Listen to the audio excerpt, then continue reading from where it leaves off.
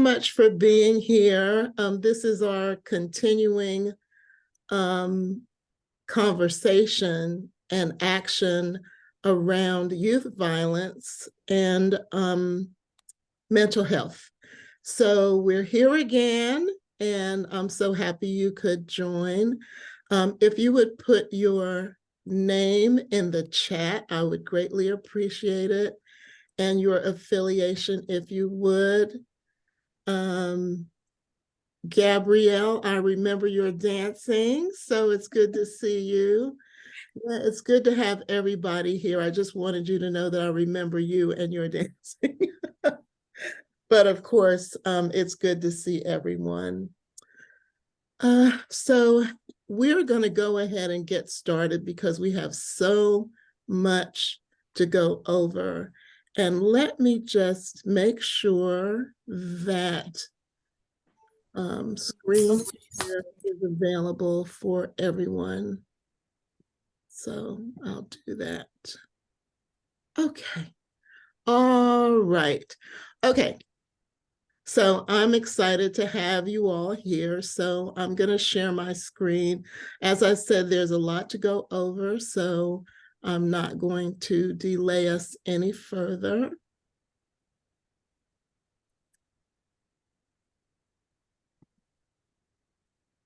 Okay. So you're in the right place. Again, this is our continuing conversation. We've been at this, if you will, since January, and the state of urgency. And of course, T.R.Y has been around for 20 years, so this isn't really anything new for us. But what is new is to make sure that we have collective impact when we're talking about this very serious issue that I consider to be a crisis. And I'm really excited because we have some of our students from our health ambassador class that are on the call with us this evening. And one of the reasons that I am thrilled that they are here is because they are a part of cohort 1 and 2, but also because we talked about adverse experiences last night. And so this is a way to help them see how this discussion that they will have with members of the community later on, how it's used, how important and impactful it is.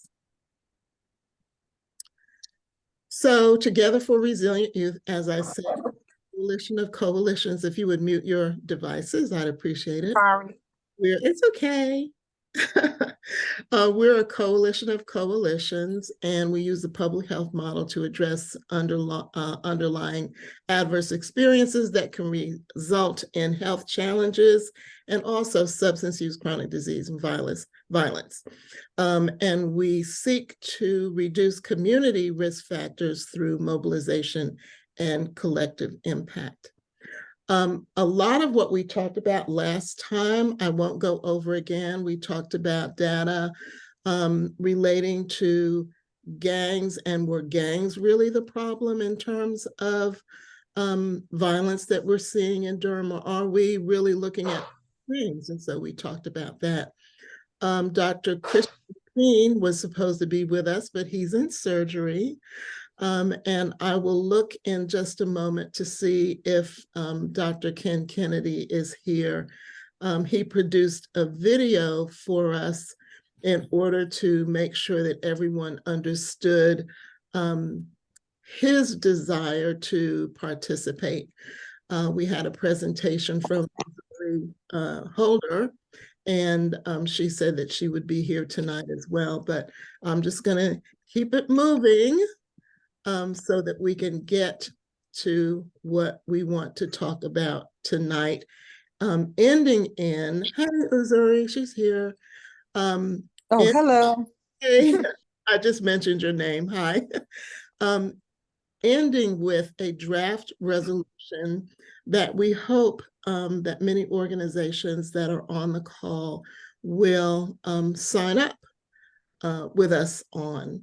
So Savannah, if you are ready, Savannah is the epidemiologist. I believe that's correct, for Durham County Department of Public Health. And she did an awesome, fantastic, unbelievable job in putting the 2021 Durham County Youth Risk Behavior Survey together.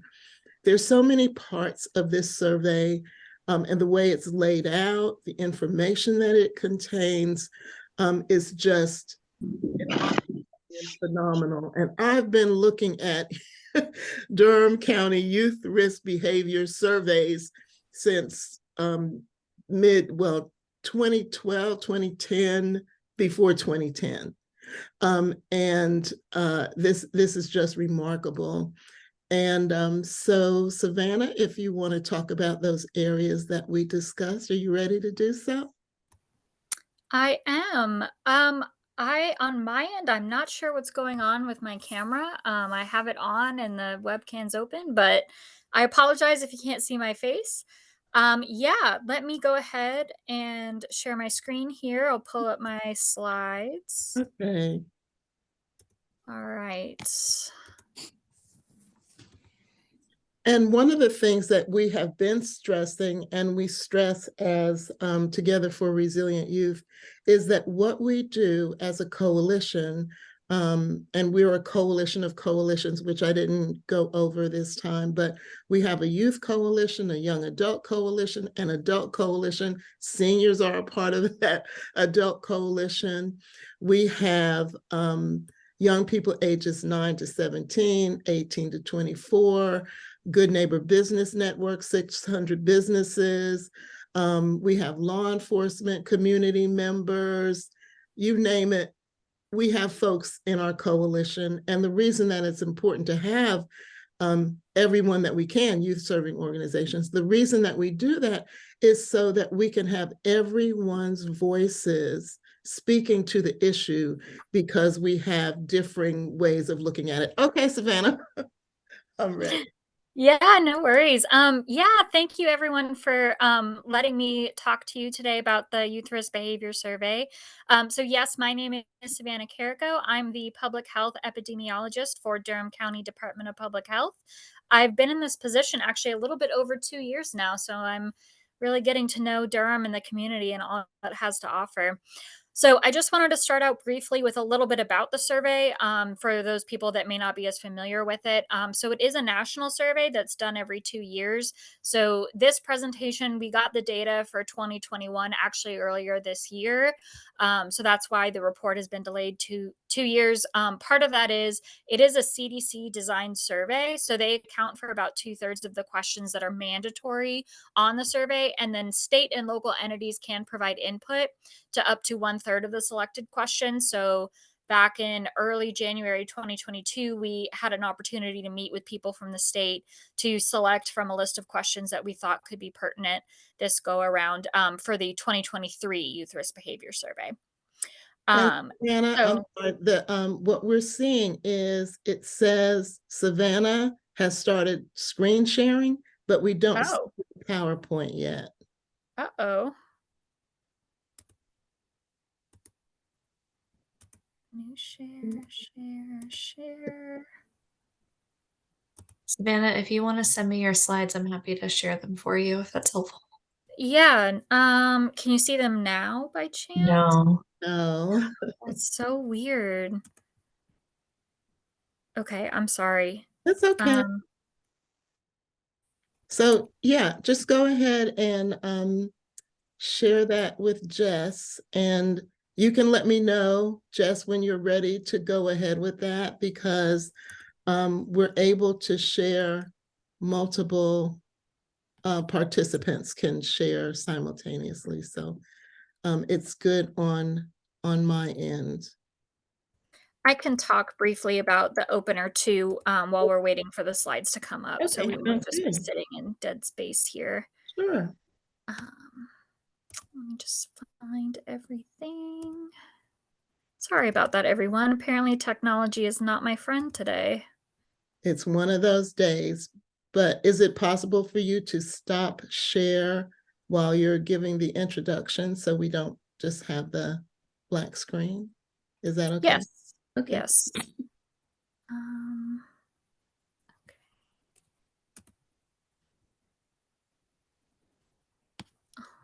Shoot.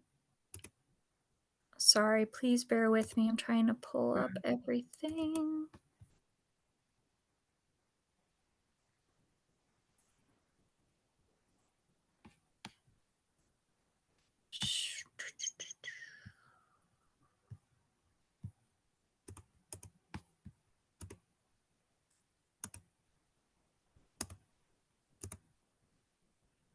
Okay.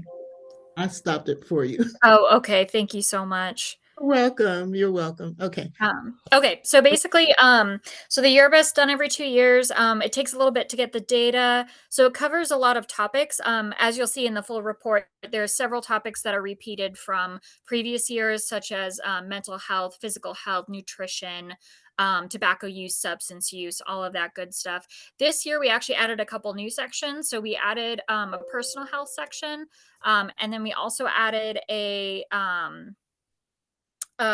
LGBTQ mental health section for high schoolers. There was a COVID-19 question because there was a question about that this year, since this is the first survey done post 2020. And then we also added a school support section as well. So those have all been added. Shoot, sorry. Please, if someone else wants to go while I figure this out, I think that might be best. It's fine. Okay.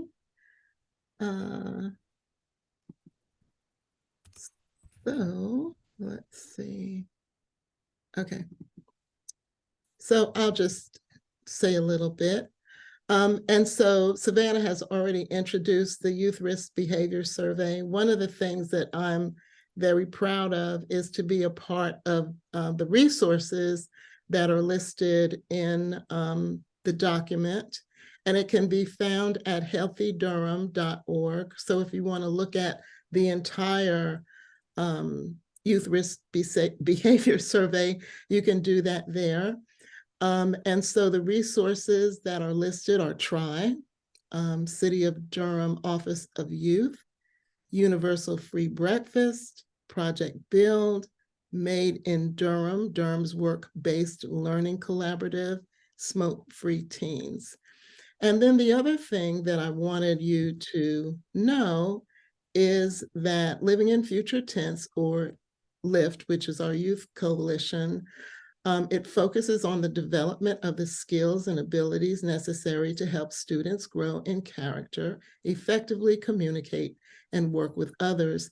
We believe this empowers youth to accomplish their goals and live a life consistent with their beliefs, ages 9 to 17, and that's the Youth Coalition. And I'm really proud of the fact that the North Carolina Youth Prevention Education YEP standards, that T.R.Y is a certified provider of those services. So we're really excited about that as well. Are you ready yet? Yep, just sending my slides over to Jess. Okay, well, let me go to the next slide.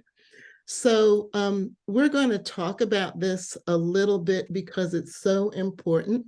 And my students that are on the call, you'll recognize this from our session last night, but there are 4 levels of adverse experiences: adverse climate experiences, adverse childhood experiences, adverse community experiences, and atrocious cultural experiences.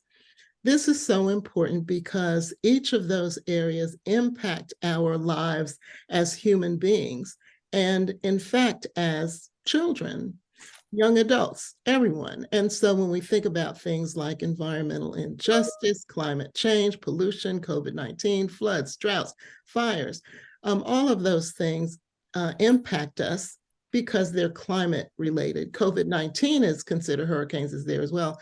COVID-19 is considered an adverse climate experience because of the way it impacted everyone. And then there are adverse childhood experiences, which are challenges that can happen before someone's 18th birthday that can result in devastating outcomes later on in life.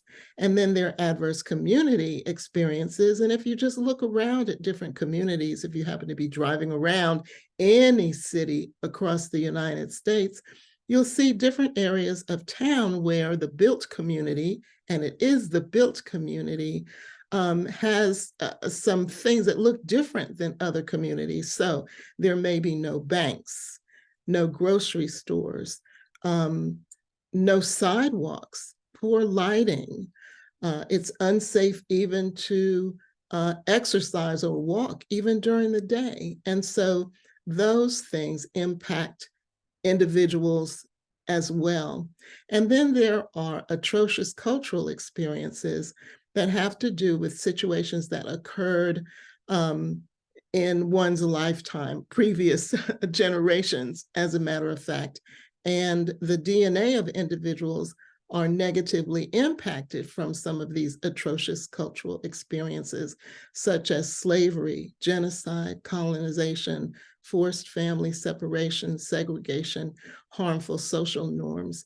And so it's not just with Black African Americans and the experiences that we had endured in terms of ancestors and slavery, but also Japanese populations, Native Americans, folks that were impacted by the Holocaust. And so all of these kinds of atrocious cultural experiences, and of course you can think of others, impact our lives in terms of our health and well-being. And so the reason that we want to talk about ACEs is because we can shift the focus from individual responsibility to community solutions, reduce stigma around seeking help with parenting challenges for substance misuse, depression, or suicidal thoughts. And we can promote safe, stable, nurturing relationships and environments where children live, learn, and play. Are we ready to continue? Slides are ready for YRBS when it's convenient. Okay. All right, so I'm going to stop share. And we'll talk a little bit more about that later. Okay, you're able to share a screen. There we are. All right, yay. Okay, can everyone hear me? Yes. Okay, thank you for bearing with me, everyone. All right, so quickly, Durham County is actually oversampled, so we had over 90% participation for all middle schools and high schools. It was administered in the fall of 2021 electronically to randomly selected second period classes. Next slide.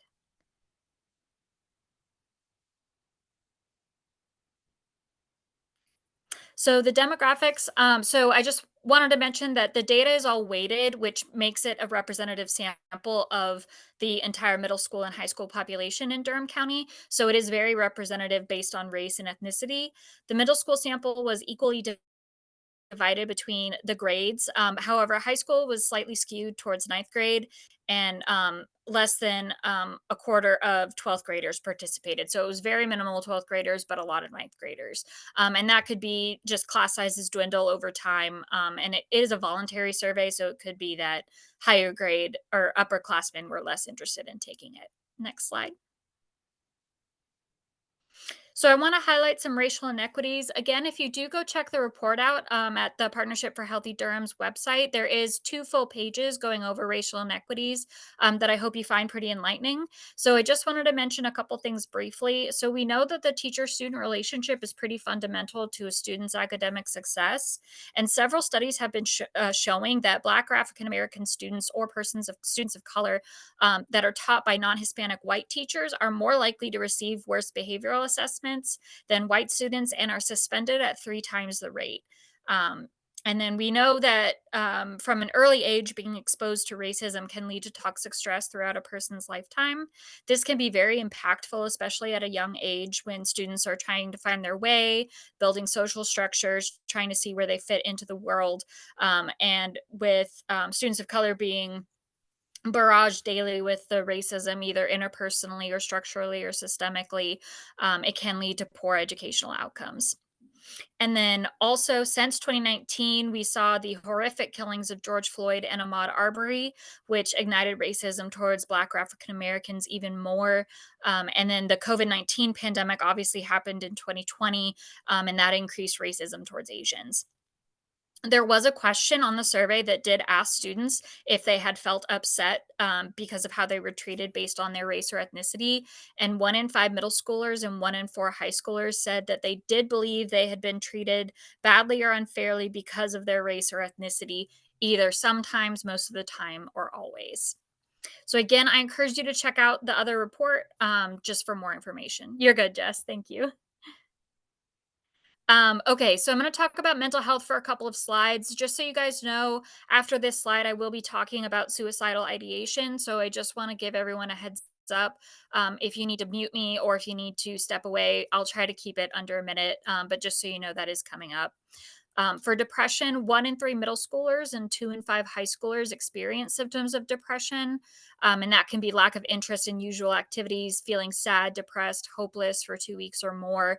This is the definition according to the American Psychiatric Association. Black or African American students from high school were over twice as likely to report symptoms of depression than their white peers. So, again, we're seeing those racial inequities. Bad days. This was a question that was asked: how many days out of the past 30 days was your mental health not good? Black or African American students are skewed slightly to the left, indicating they do have fewer bad days than whites, which are slightly skewed towards the right. And that is not quite what we're seeing in the literature, but it is hopeful that Durham County youth is eliminate or striving to eliminate those racist methods practiced in the educational system. I did want to point out that females were more likely to report bad days most of the time or always compared to males. And this could be explained by girls tend to internalize their distress and keeping it inside and not really having an outlet for it.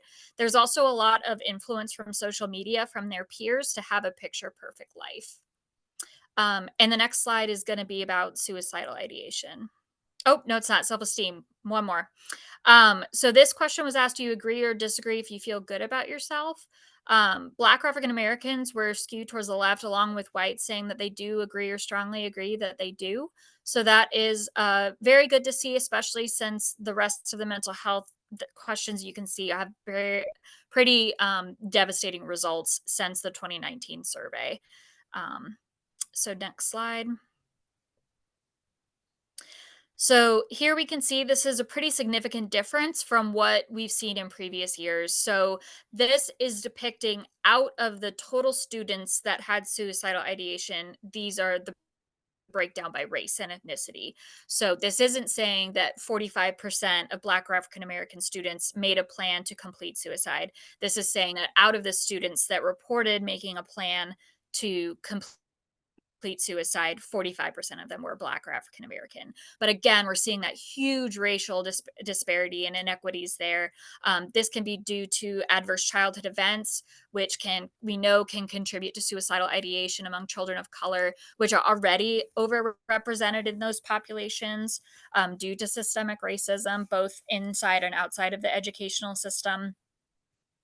And we know that students of color, again, are exposed to that toxic stress, which can build up throughout the body, which can lead to physical and emotional and mental distress. Next slide. So bullying, I've broken it down here on the graph on the right by cyberbullying and bullying at school. You can see that Black or African American students are the more likely target of these bullying. So over twice what white students and Hispanic or Latino students are experiencing. Cyberbullying was also experienced more by females. Research does show that girls bully as much as boys, but do it in a more subtle, hard to identify ways. So it often goes missed, whereas boys will typically bully physically. Twice the amount of middle school students reported being bullied for their sexuality compared to high school students. And an interesting fact that I found was cyberbullying actually increased in middle schoolers since 2017, but it did decrease among high school students. And they do say a couple studies I read said that bullying tends to begin in elementary school and peak in middle school, declining with high school. Next slide. Personal safety. So I'm going to spend two slides on this because I think it's pretty important given our current climate. So Black or African American students were more likely to report gang activity in their school compared to their peers. This isn't because Black or African Americans are more likely to be in gangs or anything like that. It has to do with the structural system of the community and the society that we currently live in. Black or African Americans tend to live in areas of lower socioeconomic status, which is not due to their preference. It's due to redlining, it's due to systemic racism. And that is reflected in the students that did respond to whether or not there was gang activity in the school. I also wanted to include neighborhood violence, which was a question that was asked on this survey this year. It was, have you ever seen someone get physically attacked, beaten, stabbed, or shot in your neighborhood? And we can see that Black or African American students witness that about 3 times the rate of white students and almost 3 times the rate as Hispanic or Latino students. Next slide. So another question that was asked this year was in how long would it take you to get a gun and be ready to fire a gun? So this question was asked of both middle school and high school students. Middle schoolers, the results were a little bit more staggering. So I included that here in the graph to the left. So among students that could complete or that could get a gun and be ready to fire a gun in under 10 minutes, half of them were Black or African American, with about 20-ish% of white and Hispanic and Latino students equally being able to get and ready to fire a gun in under 10 minutes. Middle school students were more likely to report this than high school students.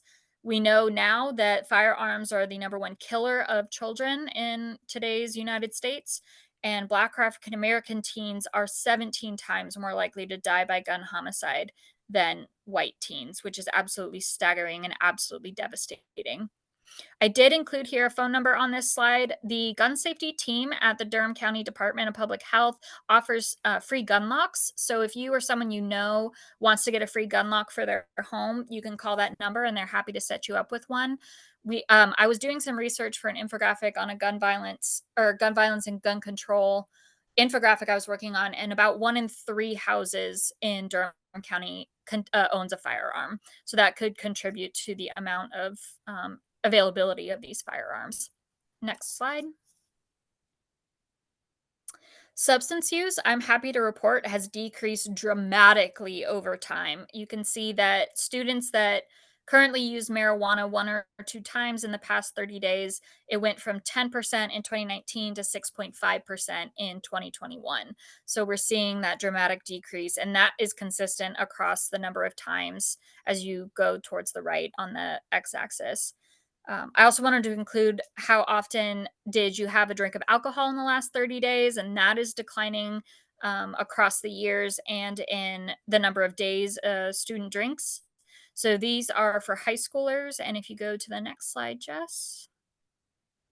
We've got some middle school substance use, again, looking at have you ever used marijuana and have you ever had a drink of alcohol other than more than a few sips. So the alcohol is obviously a little bit more prevalent in this population with the dark blue bar on the top, and that is significantly decreasing. And you can see that marijuana use is also significantly decreasing, which is kind of surprising because all the research I could find was that substance use increased since the COVID-19 pandemic, but there's clearly something going on with Durham that is keeping teens away from substances. However, because of the data so limited, because such few students are using, I was unable to disaggregate it by race and ethnicity. And next slide.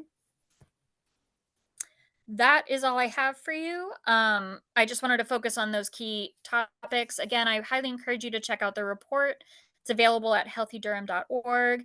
And we do have the executive report, which is like the first couple pages of the report available in Spanish as well. But thank you all so much for letting me be here. I really enjoyed speaking to you about this. I do see that there are some questions in the chat. Yes. So one from Marcella Skurlock asks, is everything in this research from 2021? Correct. Yes. from the year 2021? Yes, it was collected in fall of 2021, but because the data has to go through CDC and then it goes to the state and then we get it, it was about a 2-year delay.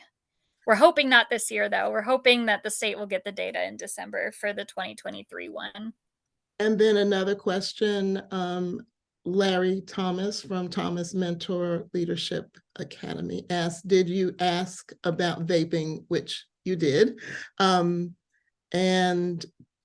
I don't think that you included that, but yet I remember that vaping was included, but it was more about vaping marijuana, as I recall, rather than vaping tobacco.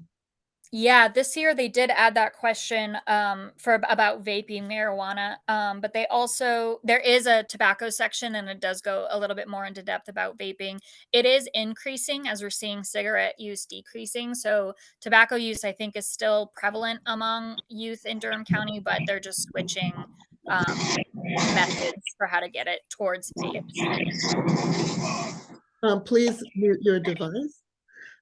So one thing that I want to say before I open it up for more questions, because I see a couple more in the chat, is one of the reasons that I asked for this particular presentation was not only that you could see why I call this a crisis among Black youth, but also because we are doing something about it.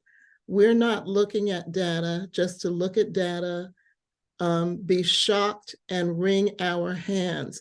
What I want everybody to be thinking about is what will come a little later on, which will describe the various activities that you can participate in. That's one. And then also to hear and have comments about the resolution that that we intend to put before the city, the county, and the Board of Education.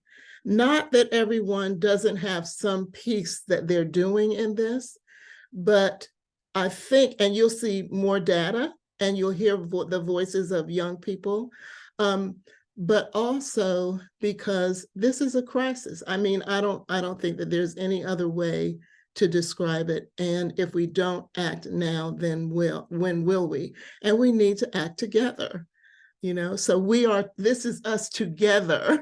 I may be facilitating the discussion, but it's my desire. And it's true that everyone's voice matters. And so that's the way I want us to look at this.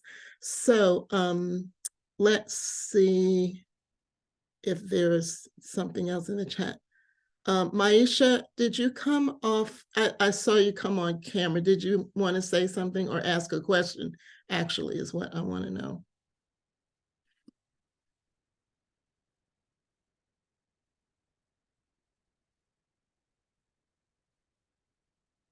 And you're muted.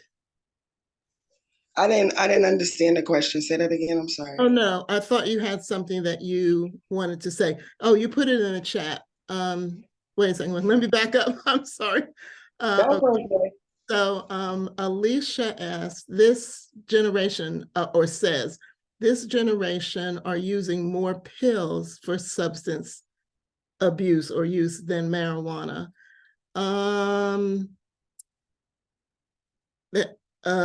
The data doesn't say that, but it may be particular or, you know, defined by where you are and who's using what, right? So you may see more of a prevalence among some young people, but, you know, even when I go to schools, it's more about marijuana gummies and marijuana than it is about pills, but pills are still a problem. And fentanyl laced as well. I believe it's a combination. Catherine, when you gave statistics regarding deaths by gun violence, I assume that includes suicide. Savannah. Sorry, I'm sorry. Oh, go ahead. No, go ahead, Catherine. The word used was homicides, and I didn't type it in right, but when you say homicides, it was the statistic that I saw was talking about gun homicides, 17 times more likely to die by gun homicides. And I just want to confirm that that includes suicide or does not. That statistic does not. It is It does homicide. not. Okay. Yes. Oh gosh. Yes. Okay.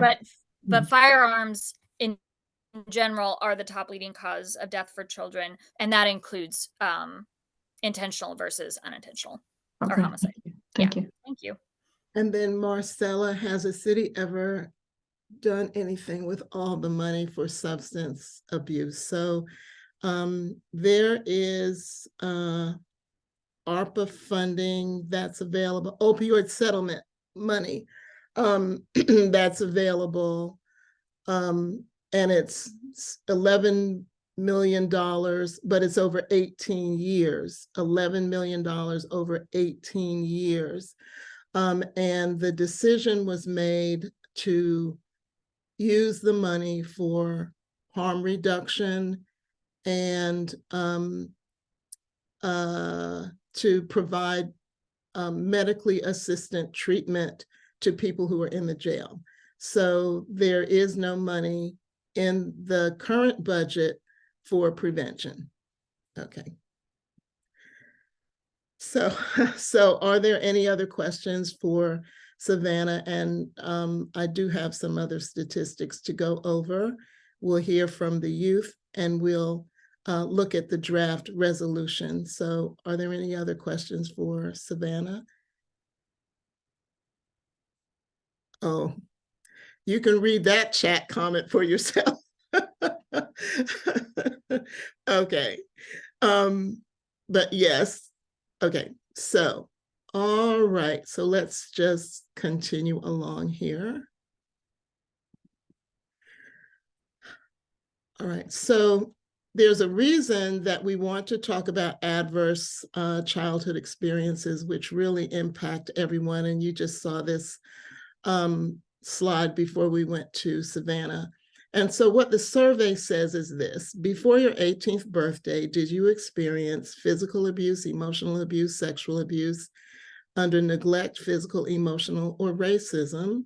Under household dysfunction, was there mental illness in the home, an incarcerated relative, parental violence, violence against the mother or father, substance use in the home? Was there divorce, separation, abandonment? And you could ignore that, share with 5 people. That was for our students last night. And so these are the 11 things that make up adverse childhood experiences. And so whenever I think about the foundation of the concerns that we have regarding young people and adults, this is where the conversation begins. And these are the possible outcomes: lack of physical activity, smoking, alcoholism, drug use, missed work, severe obesity, diabetes, depression, suicide attempts, STDs, heart disease, cancer, stroke, COPD, and broken bones, which stands for violence. And so when we want to prevent, then we look at not what did you do, and we look at what happened to you, and we understand that the mind forgets, but the body remembers, and the toxic stress that is trapped in the body is the reason for these physical manifestations later on in life. So if you have someone in your family that is an alcoholic, let's say, and they are an adult, research shows that the frontal lobes of the brain that develop until someone is 25 years old, which means someone that's under 25, the frontal lobes are not fully developed. And that doesn't mean that they are not responsible for their behavior, but they don't have the capacity to be forward thinking enough to say, oh my goodness, if I do this, then it will land me in jail. And what does landing me in jail mean? That capacity is not there. But someone who is an alcoholic or uses drugs, their maturation, their ability to behave as an adult stops at the time that the alcoholism began.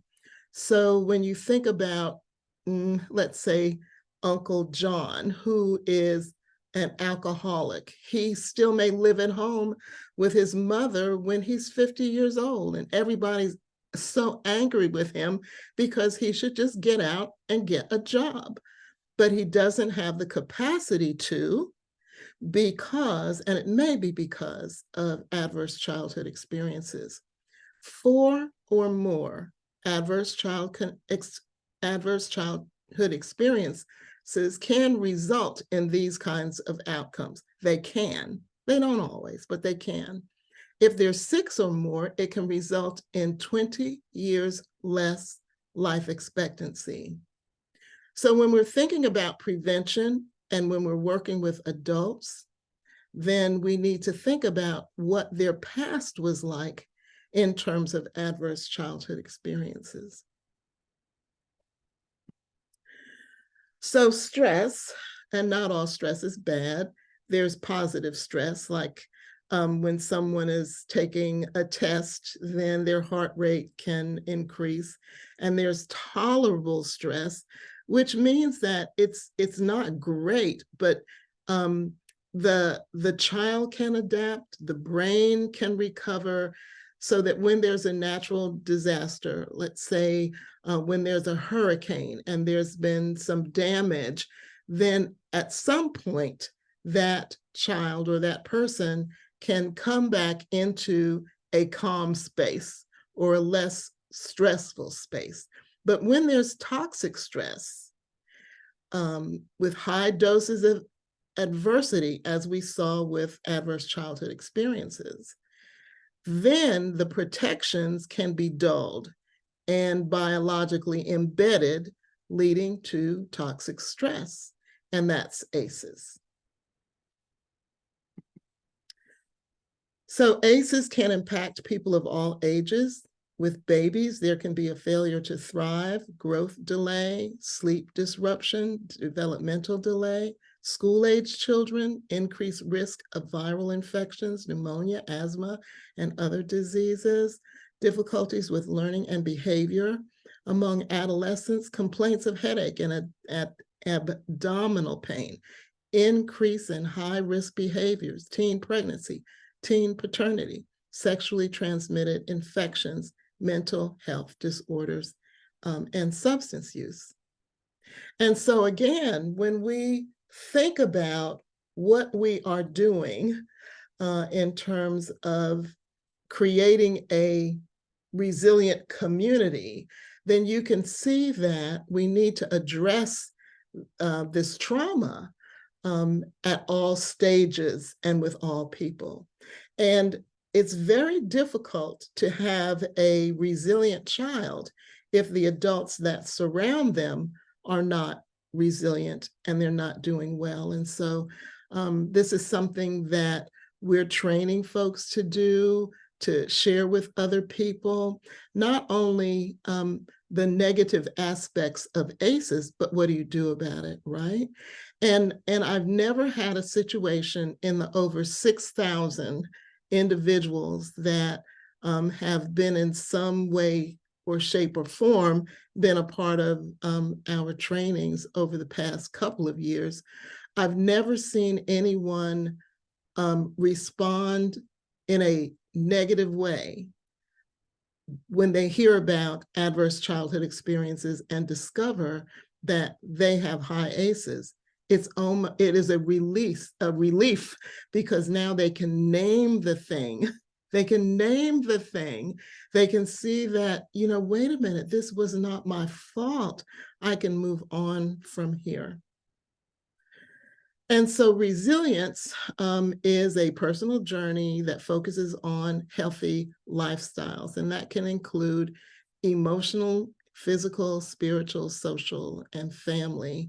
So you can build resilience even in the face of adverse childhood experiences by looking at some of these things that seem to be quite normal. It's almost like, well, don't people already know that they need to do this? Well, if someone has high ACEs, it's not the first thing that they think of. The first thing that they think of is the feeling that somebody's going to leave them, they'll be abandoned, they don't have the energy or the desire to eat right, listen to their body, have regular physical exams or exercise. It's just not there sometimes. Spiritually, socially, maintaining friendships. Well, if you don't trust anybody, you're not going to have fulfilling friendships. And you may even find a way to get the friend off of your list so that you don't have to have a friend because it's just too much. Family, healthy family, making sure that individuals have healthy family relationships. And, we can talk about this more in another training. So these are just some other things that we went over last time, but they pertain to this time and they flow into the discussion that we're going to have with young people. So according to the North Carolina Health and Human Services, this is what we see in terms of Durham homicides. Okay, so you see the percentages, and what sticks out to us? Intimate partner violence is the #1 circumstance for homicides in Durham. And we may think that it's something else, but this is what the data reveals. And so we want to make sure that we do pay attention to that point.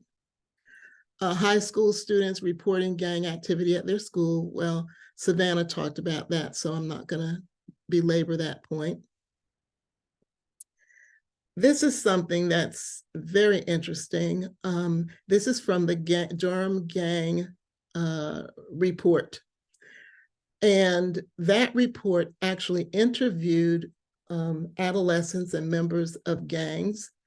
And this is what, and others, but this is what it found, is that the homicides that we see in Durham, and you see the years there, gang involved, and you see the percentage, not gang member involved. Aggravated assault, gang member involved, not gang member involved.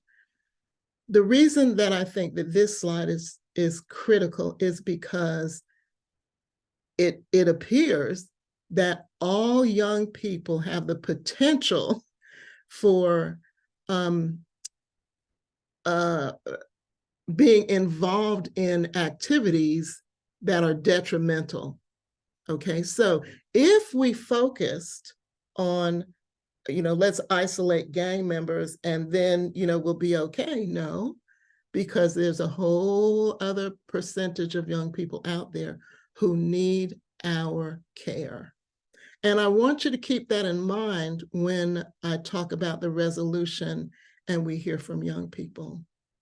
Substance use, of those who are gang involved, weed is #1, liquor is #2, and then you see prescription drugs on down. And so this is what they're saying, using more substances more than once a day, daily, several times a week, once a week or less. So you begin to see the picture that we're coming from in terms of these strategies and why we need to address something more globally than we may imagine. The ages of gang members that they say when they joined a gang, or no, began associating with and or joined a gang. So we see a jump at 12 years of age. So what do we do about that? We have to go all the way back to 9 years old, 10 years old, 11 years old, but certainly before 12, I would say 10, 11, if not 9, where we need to begin to really focus on resilience and making sure that we are wrapping around young people, even when it seems like they don't need our help. Because if we wait until they do, then we've already gone past where we need to intervene. So let's just have a discussion with youth and parents, and I just want to review some things here. When asked about their feelings regarding being in a gang, the following responses were given by gang members. Of participants agree or strongly agree that their gang is like a family. Of participants agree, and the percentages is within the circle, agree strongly, agree that members of their gang provide support and loyalty for each other. 92% of participants agree or strongly agree that being a member of their gang makes them feel like they belong. 87.5% of participants agree or strongly agree that their gang protects them. So, family, commitment, belong, protected. Family, commitment, belong, protected. That sounds like something everyone needs, doesn't it? And then we looked at those ages, and we looked at interpersonal violence, intimate violence. And then we saw the statistics on suicidal ideation among middle school and high school students. And this is from those of you remember over this summer when asked, what does safety look like to you? These are the responses that they shared: being able to learn, building relationships by getting to know others and their stories, being able to be my authentic self, feeling safe on the bus to school, good family influences and relationships. We want allyship and safety with others who are different than us. Okay, so I'm going to stop share, and I'm going to have our young people, thank you, Larry, for coming. I appreciate you. I want the young people to have this time to speak out about what you saw, what you're experiencing now, and whatever you'd like to share based on the information that you saw. And I'll let everybody know that I didn't discuss the data with them before tonight, so I'm sure it's raw and difficult. So who'd like to go first?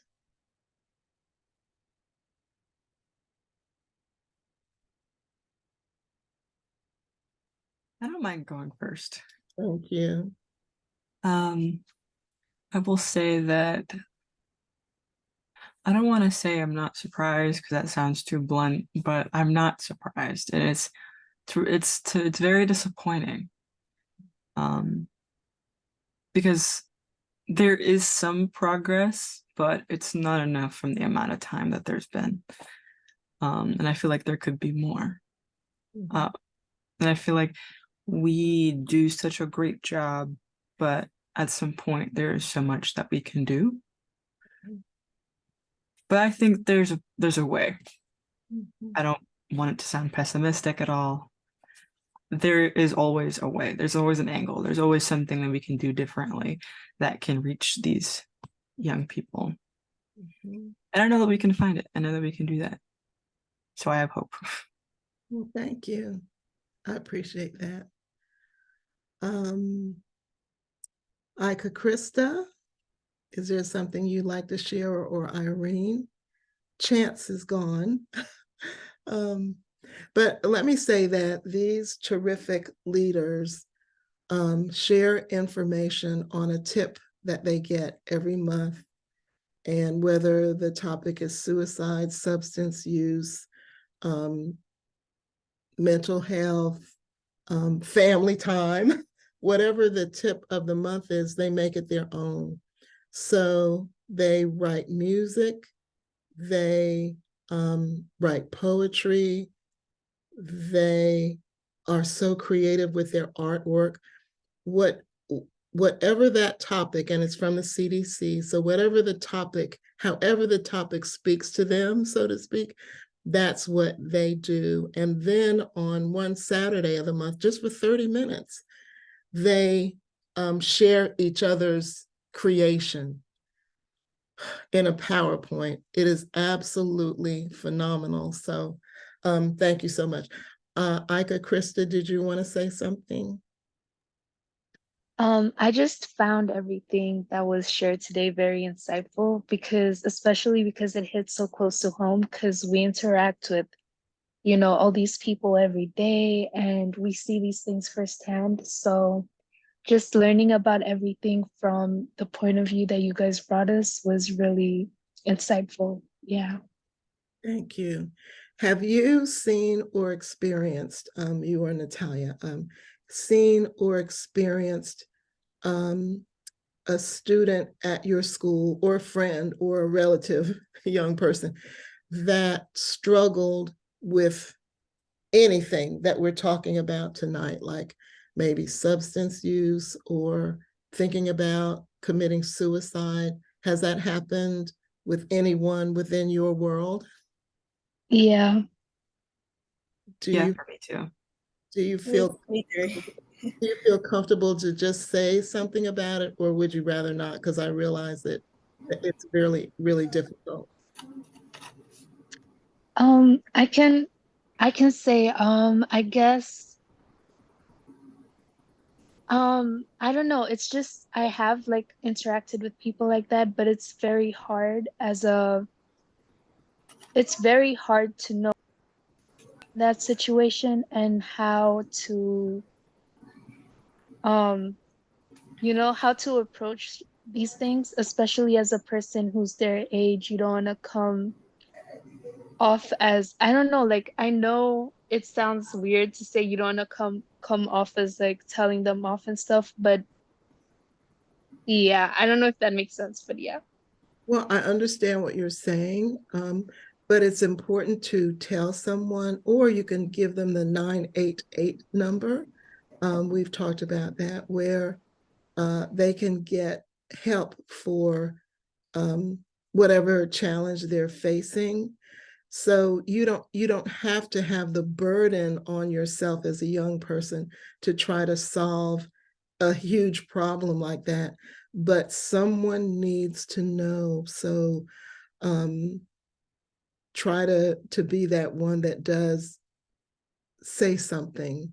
And I know there have been times where young people have come to me and, I refer them to someone else because, I'm not a therapist either, but, intervening in the lot, showing that you care, drawing them out, making sure that they know that you're a friend, making sure that they don't feel so alone. I mean, those are things that it's possible that you can do. And Irene, I saw you take your, it seemed like you had something to say, do you? Yeah, I just want to share that I'm not gonna say any names, but I used to have a friend like in middle school who struggled with substance abuse. We kind of like lost touch, but it was really hard. Like our friendship was like breaking apart because of it.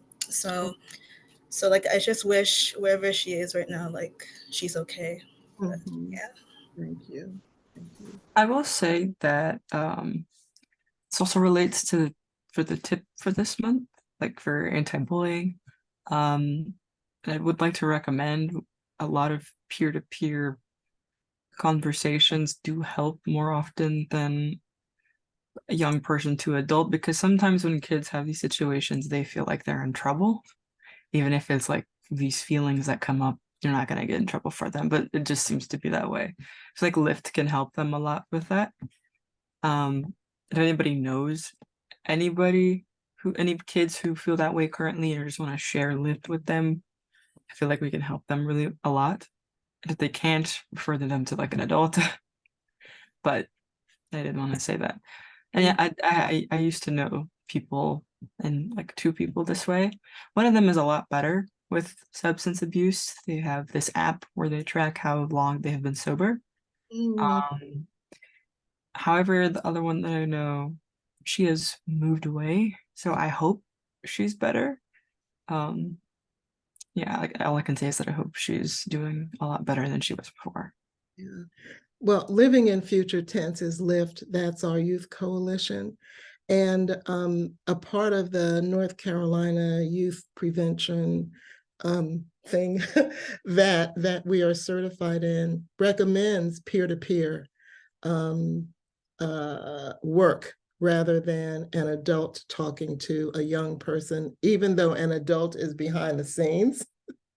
But the young people get the information from a reputable source, which is CDC, and then the first person they share it with is their parent, and then they share it with their peers. So it's not in isolation. So they're not having these conversations in isolation. So it's not just like kids just getting together and saying whatever they want to.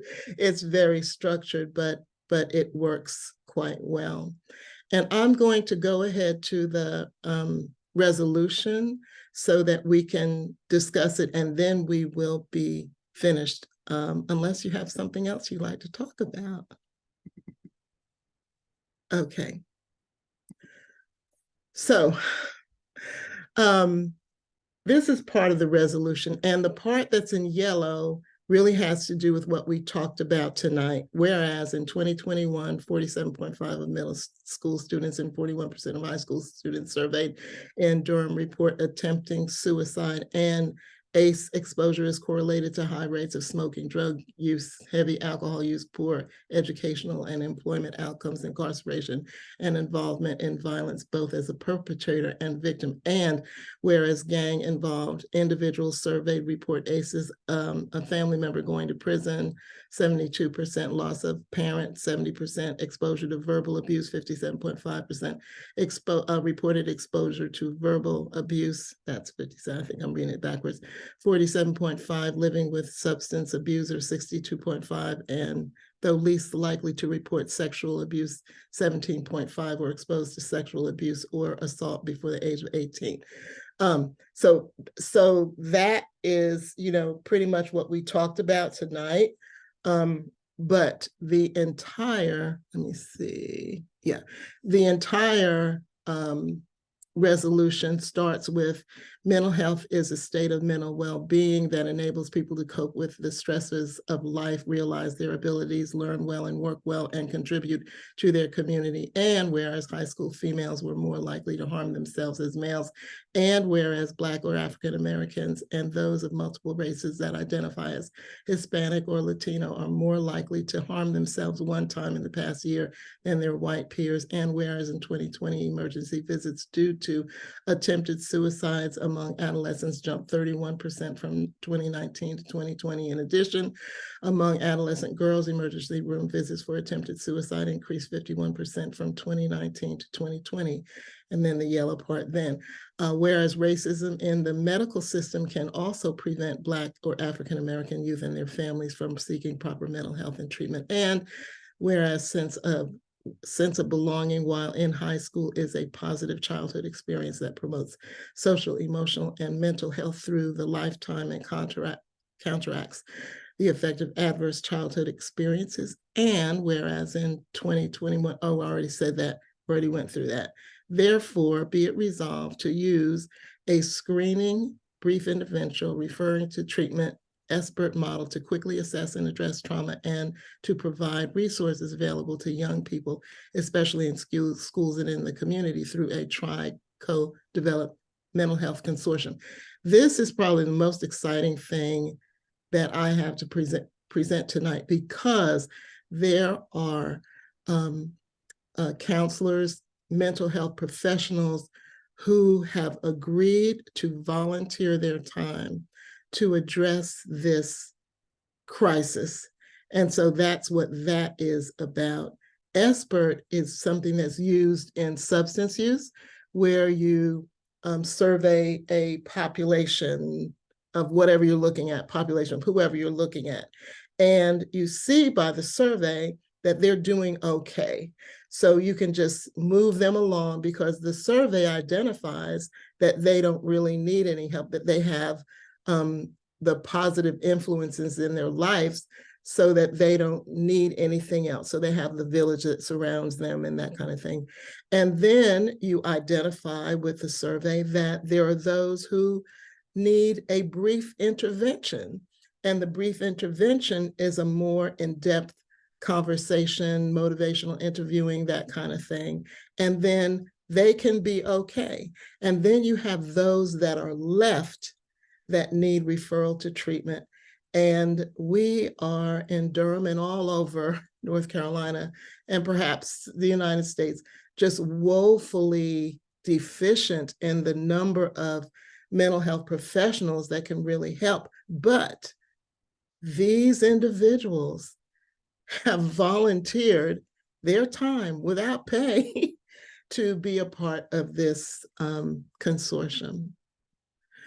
And then further, therefore, be it resolved that we together for resilient youth, and if you are in agreement at the end of reading this, to participate with us in this resolution, then you can put your name in the chat, say yes by it, because it's not just us, it's all of us. Do hereby commit to working alongside young people in Durham to uplift their mental health needs, address stigma, and remove barriers to care. Therefore, be it resolved to use the SBIRT. I'm saying that twice, so just because I put it in bold on the other page.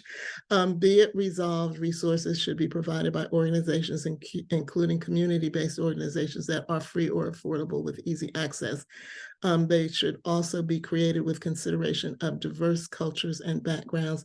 Therefore, be it resolved, we commit to supporting community-based, culturally relevant mental health and well-being programs in schools and within the community for young people and their families in Durham. Whew. So that is what the resolution says. And the last thing on, thank you, Gabrielle.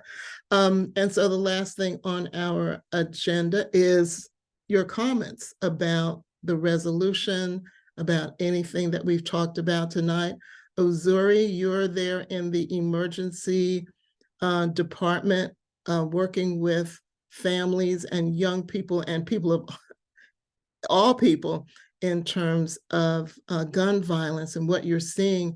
I can't imagine the job that you do, but I really appreciate you and support what you do. Do you want to, is there anything that you can add to the conversation about suicide and guns or anything like that that you might be seeing, or is the work that you do more specific to something else? So yes, my work is more specific to community violence. So I don't focus on suicides. We focus more on community violence, intentional violence, interpersonal violence. But I think, the stats, are correct in displaying that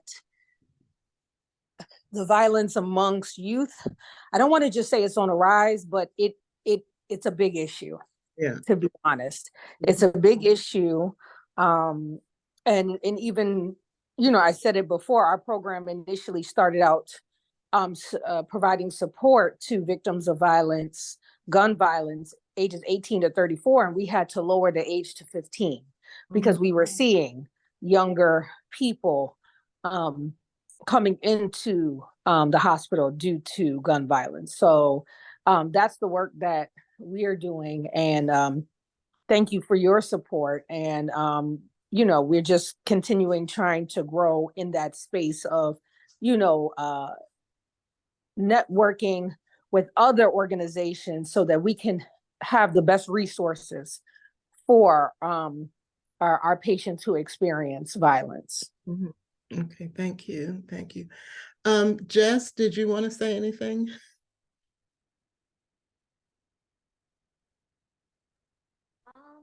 I am processing a lot of information. And so I just appreciate the ability to be here. If we haven't met, I'm the Adverse Childhood Experiences Coordinator at Durham Public Health.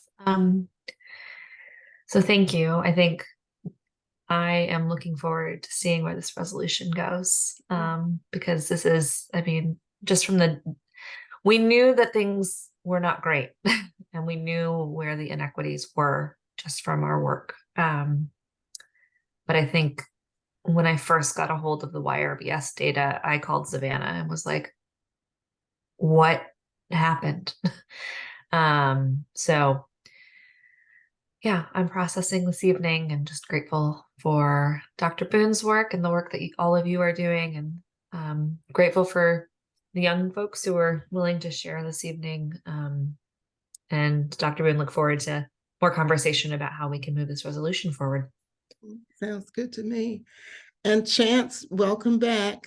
I saw that you skipped out for a minute, but would you like to say anything as a young man about what you may be seeing in terms of violence, fights at school, or you know, what your feelings are at this point, what your thoughts are?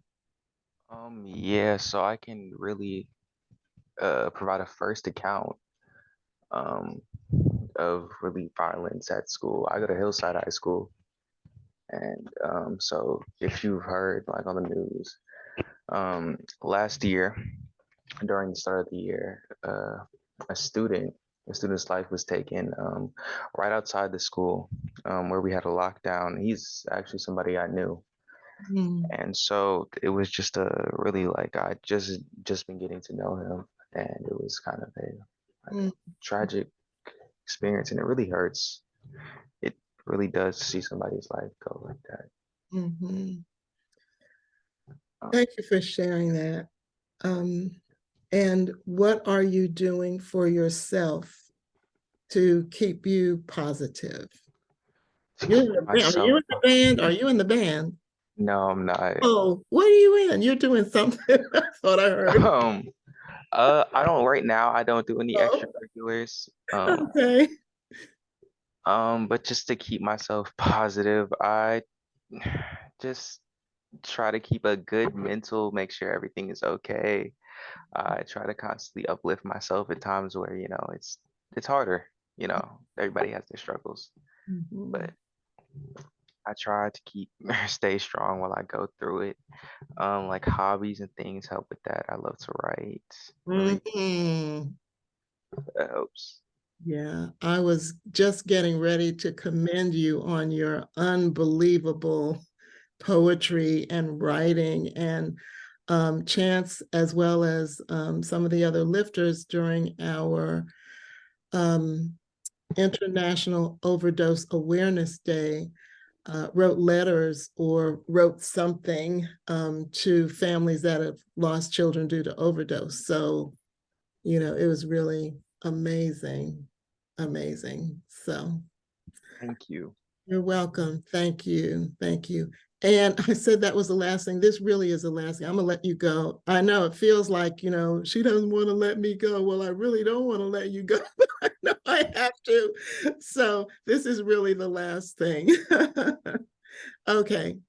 So these are some of the things that you can do in order to help. And you've seen this list before, but providing information, campaign all kids, because we know everybody needs help, building skills, helping with that, planning larger face-to-face meetings and trainings, providing support, trauma-informed mentoring,